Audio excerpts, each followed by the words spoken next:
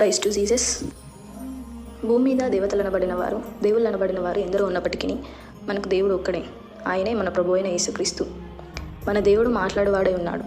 కాలములను బట్టి ఆయన నానా విధములుగా మాట్లాడారు. అవి ఏమిటో మనం తెలుసుకుందాం. మొదటిగా ఆయన స్వరంతో మాట్లాడారు.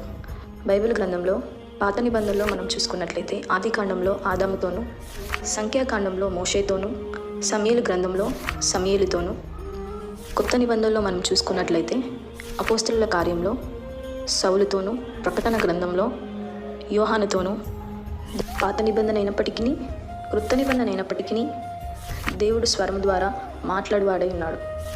పాత నిబంధన గ్రంథంలో భక్తులతోనూ మనుష్యులతోనూ మాట్లాడాడు. క్రొత్త నిబంధనలోనూ మాట్లాడాడు. ఇప్పటికీ మాట్లాడుతూనే ఉన్నాడు, ఎప్పటికీ మాట్లాడుతూనే ఉంటాడు. కాబట్టి మన దేవుడు మాట్లాడువాడై ఉన్నాడు. ఎల్లప్పుడూ ఒకే విధంగా మాట్లాడే దేవుడై ఉన్నాడు. ఇందుకు ఆధారంగా హెబ్రీ పత్రికలో యేసుక్రీస్తు నిన్న నేడు నిరంతరం ఏకరీతిగా ఉన్నాడు అన్న వచనాన్ని మనం ఆధారం చేసుకోవచ్చు. దేవుని కృప మీకు తోడై ఉండను గాక. ఆమెన్.